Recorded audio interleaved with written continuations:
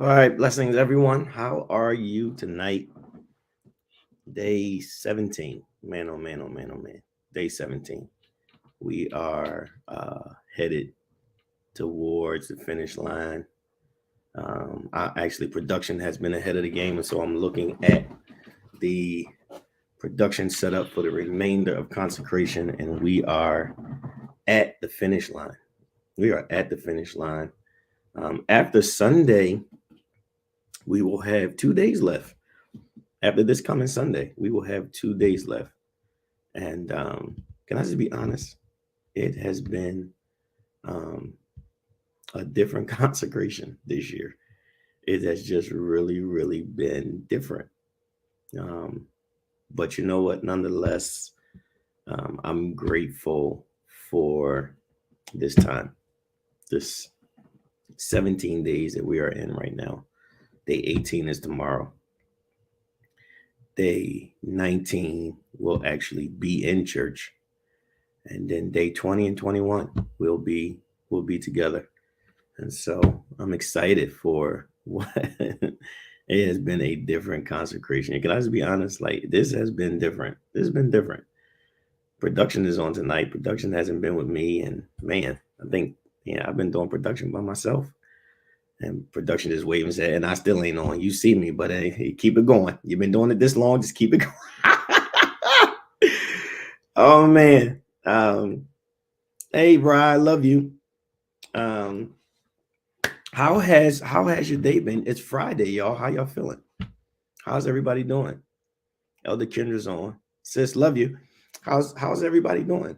How is everybody doing? That Lamika, it's been different. That's all I can say. It's been different. I have learned God in a very, very different way. I've learned God in a different way. Tweet, I love you so much. Love your family too so much. You guys are an amazing, amazing group of people. I really love your family. Um, this has been different, y'all. Like, I've experienced consecration before, but this has really been different. Like, this has been different. Um, Johnny, I love you and the family. Give the hubby my love. That's my guy. Um, yeah, it's been different. Mama T, we love you. It's been different, but I've learned a lot. I'm really, really grateful. Um, it's been harder for me. Yeah, it's been challenging for me too. It really has. Like, this has been a challenging time. Um, but I'm just grateful, for what the Lord has done, and how good He's been, how faithful He's been. But it's been different. It's been different. Hey, Nicole, good to see you. It's been different. It's been different. Shelly, love you. It's been really, really different. But God's been faithful. He's been faithful despite it all. Um, and then, despite everything that we've experienced, like, the blessings that have happened has been crazy. Like, even people connected to us have been blessed. I got 3 messages alone today. There's Aunt Deborah. She's one. Aunt Deborah just got a 4% raise. Like, what is going on? Like, a 4% raise. Can y'all definitely love on Aunt Deborah? Aunt Deborah got a 4% raise. But then on top of that, uh uh the key got a 3% raise. Like, what? Like, what? Like, the mom and the daughter, like, just getting raises. Like, let's shout out Aunt Deborah and Key tonight. We love you too, Aunt Deborah. Like, a 4% raise. Congratulations to you. That is amazing. And then, saw another post of one of my newer connections. Many of you know her, Tracy, and she put her post up today. And, she said, I got a whole new promotion. But watch this. She was like, I decided to go back to church. I decided to tithe. I decided to put in my effort, and the Lord is doing it. And it's amazing. It's amazing. And she is, you know, many of you don't know, but we have people that are connected to our ministry that give. like sow. And Tracy has been a avid sower. She has sowed many, many seeds. And just from her being connected, the Lord has blessed her, man. It's amazing to see. And I just hope everybody like understands, like it's just like do y'all get it? Like do y'all really understand what God can do? Like do we tweet got one too? Man, what is going, I didn't even know about tweets. Like what is going on? Like tweet, what's the what's going on with this blessing? I ain't know nothing about this. Yeah, let me get, it's the raises for me too. I need the Lord. Can y'all tell the Lord to send me a raise? Can y'all tell him come by my side and send me one too? But it's amazing, man, to see what has been done and the blessings that you guys have experienced. And I'm so happy for y'all. Like I am so happy for you guys. You guys have been, with me through this 2 week stretch, which was probably the most, without a doubt, the most challenging 2 weeks of my life as a pastor. I've never seen 2 weeks look like it's been 2 years. Like every day seemed to be getting longer and longer and longer. The more, the admin team worked to find a resolution. But I'm just so grateful, man, for what the Lord has done and all of the things that he continues to do. And I pray that this time and this blessings have strengthened your faith in God, strengthened your commitment in God, right?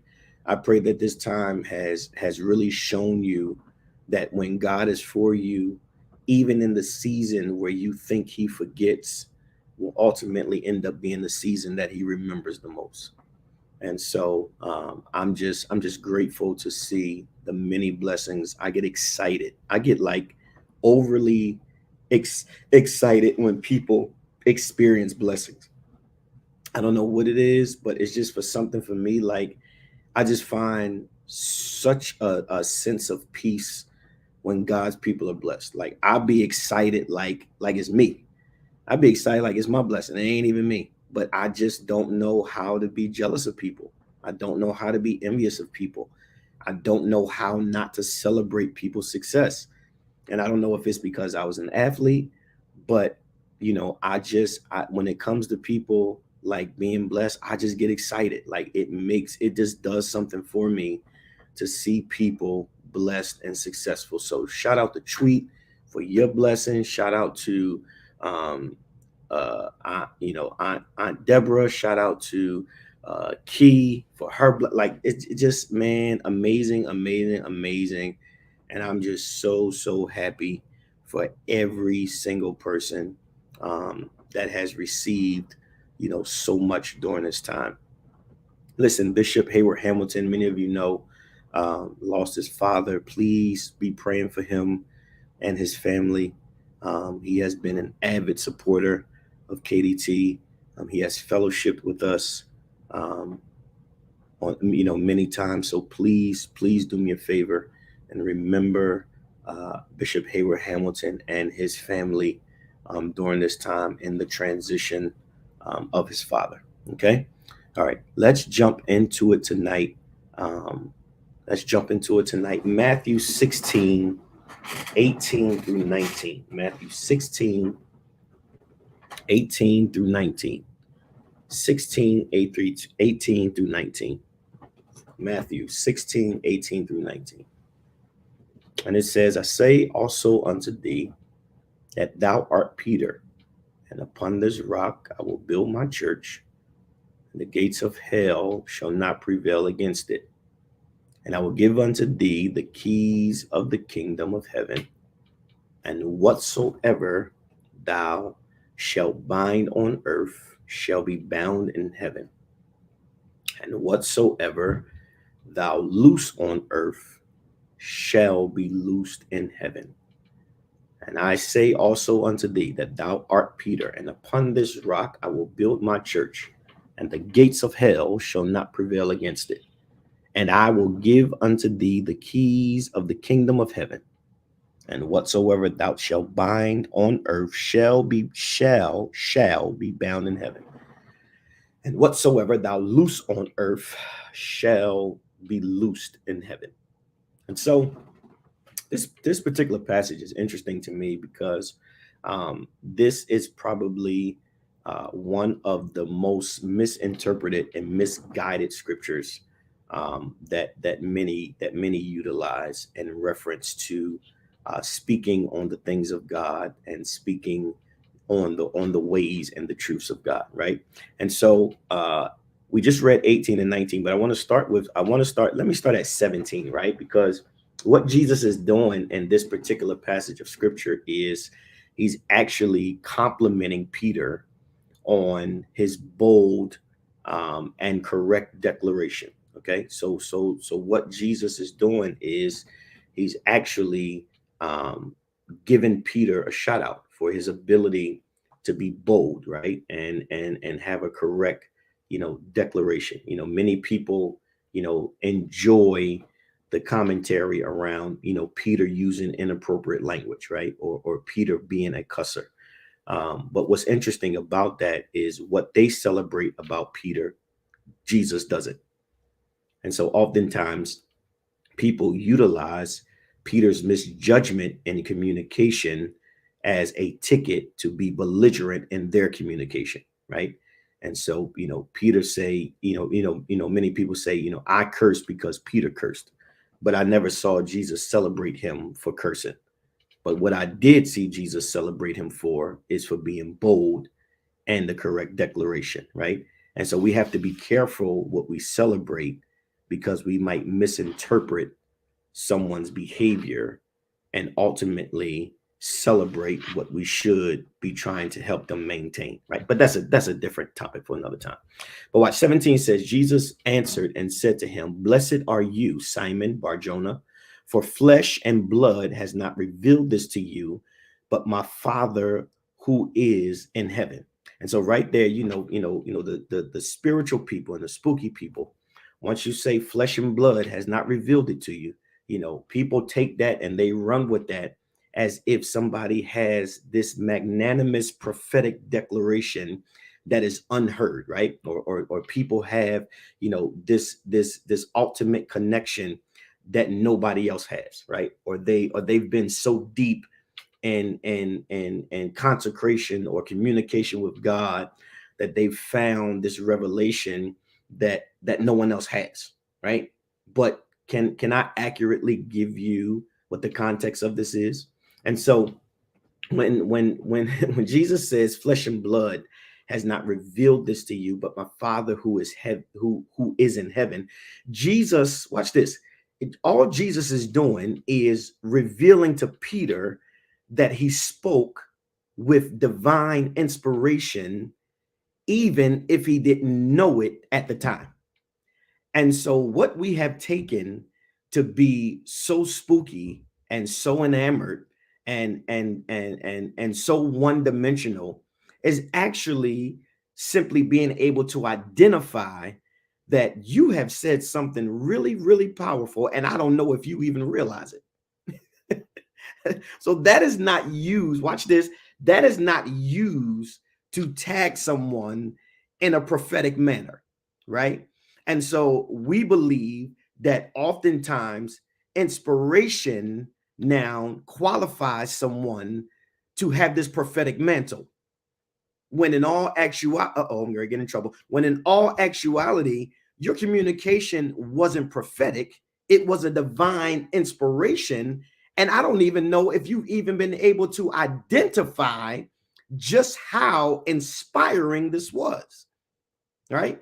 And so what happens is people have a divine inspiration that is often classified as a prophetic moment, and then we start to label people who they are not. And so they tend to try to continue to operate in a space that they have been mislabeled in and don't have the authority to operate in, and oftentimes make a fool of themselves and then believe that because their operation is not successful, that people are hating on them, or people don't like them, or people are jealous of them. When in all actuality, no, I am not jealous of you.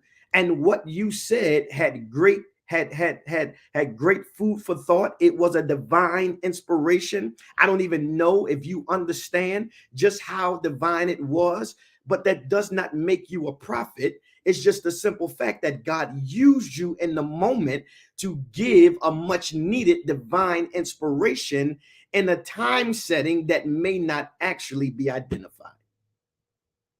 Right? And so we have, and this is why you see people changing titles so much, right? And one day they are minister, and the next day they are overseer, right? One day they are elder, and then the next day they are bishop, or the next day they're an apostle, or the next day they're archbishop. Why? Because one divine moment of inspiration has caused them to feel that they are qualified to now operate in the office that they have not been prepared for, that they have not got proper training in, that they have no history in, and then they end up not being able to remain in a place that they have notified and put themselves in, because they feel that one divine moment of inspiration now qualifies them to change an office. We got to be careful that we don't jump to an office off a divine moment of inspiration, because a divine moment of inspiration is great in that setting, but it doesn't have the ability to produce long term. And so, what you can't do is take a moment of divine inspiration and now try to utilize it in another space that it does not fit for.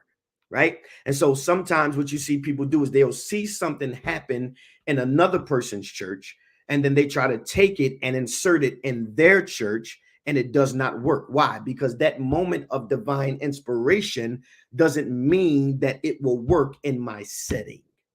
Right.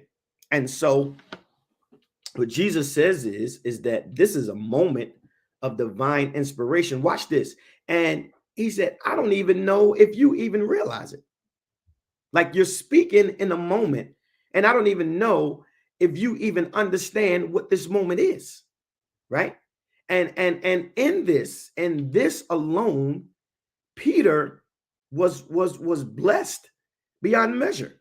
And so he says, on this rock I will build my church. Right. The words "this rock" have been the source of much controversy, right? And it is best to see them as referring to either Jesus himself, or as referring to Peter's confession of who Jesus is, right? And so perhaps Jesus is gesturing to himself as he said this, on this rock I will build my church, right? And the very gates of hell shall not prevail, right? And he said, I will build my church. This is the first use of the word church in the New Testament. And what it signifies is that during this time, this is well before the beginnings of what we normally think of as a church on the day of Pentecost, right? And so what this does is this shows that Jesus was anticipating, watch this, or prophesying what would come from these disciples. And so it's not that God doesn't have something for you, but wait until God is able to confirm the thing in you. And we can't take a moment of divine inspiration to try to force the hand of God to what we think is our time. And what happens is we ultimately end up moving out of time into a space that we have created that is not in our time setting to occupy. And so, yes, the Lord's hand is on your life. And yes, the Lord has anointed you. And yes, the Lord has called you. And yes, the Lord is going to use you. But wait until the Lord sanction those moments so you're able to remain when he promotes you. Okay? So watch this. He brings his people together in common when he says, I will build, right? He says, on this rock I will build. He builds on a firm foundation. He says, my church. He builds something that belongs to him. And then he says, the gates of hell shall not prevail against it. He builds it into a stronghold. And so what we have to understand in this text of this scripture here, what Jesus is saying is, I'm going to build something on the backs of all of you because you have the common mindset. He said, and where I build it will be a strong foundation. And what you all will build on this strong foundation will ultimately belong to me. And because it's so strong, and because it belongs to me, and because you have all done it together, no matter what comes against it, it will always be able to stand because of the way it was built. And so my question is, what foundation are you building your future on? It's not just a KDT thing. My question is, what foundation are you building your future on? Because watch this. It doesn't just need to be able to be a strong foundation, but it also needs to be able to remain when a stronghold comes. And what happens is we build parts of our life on a strong foundation, but we have not built the parameters to eliminate the stronghold. And so what happens is the stronghold is able to invade the thing that we have built, and it ultimately starts to chip away at the foundation. And so in this next phase of your life, you don't just need to build strong, but you need to have a strong hold around you. You need to be able to build something that will be able to withstand the storm. You need to be able to build something that will be able to withstand the current that comes against you. You need to be able to have something that is not only firmly planted, but something that can deal with the moments that come to rock you from one side to the next. And so my question is, what have you built your future on? Have you built it on your feelings, or have you built it on a strong foundation? Is your future built on your emotions, or is your future built on the ability to remain past the thing that you love the most? Because if you're really fighting for your future, there's a moment where strongholds will come. And if your foundation is good, but your perimeter is not secured, then that stronghold has the ability to knock you from one side to the next. But you got to make sure when you build it this time around that you don't only have a strong foundation, but you have a strong perimeter that would eliminate the stronghold. God has put you in a position to now decide what your future looks like.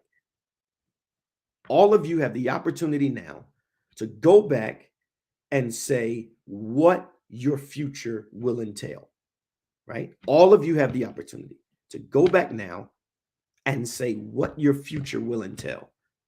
But my question is, what foundation are you building it on? Because he said, upon this rock, I'll build my church. And so it starts with the foundation. What foundation are you building it on? Are you building it on things that you like? Are you building it on people that you like? Are you building it on areas that you like? Or are you building it on a foundation that will give you the necessary footing to be able to withstand anything that comes your way? It starts with the foundation, and then the secure perimeter. Who's around you? Who have you aligned yourself with? Right? And I say it all the time. If you're the biggest person in your circle, then that's not a circle, that's a cage.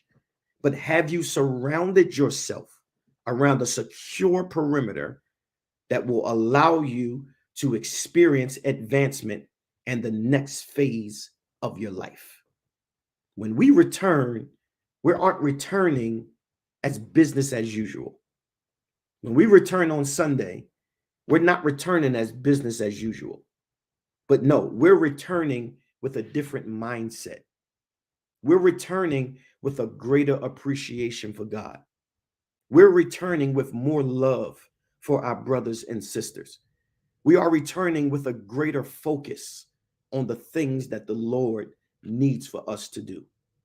Because what the Lord has done is he has set us up to be able to reestablish our foundation and now secure it with the necessities that we need in order to be successful.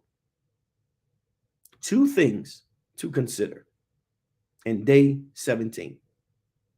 How strong is the foundation? And what perimeter is going to secure you? And those things will help you continue to make the necessary progress that many of you have made already. Man, day 17. Day 17. The foundation and the perimeter. Make sure the foundation is strong and make sure the perimeter is secure. And when we stay focused in those two areas, we will have the ability to see our lives mature and see God send us in a higher setting with better things much faster than we anticipated. Day 17 is down. Day 18 is tomorrow. Don't forget, tomorrow we're on at 12 noon.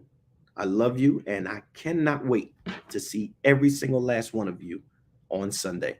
Enjoy your evening.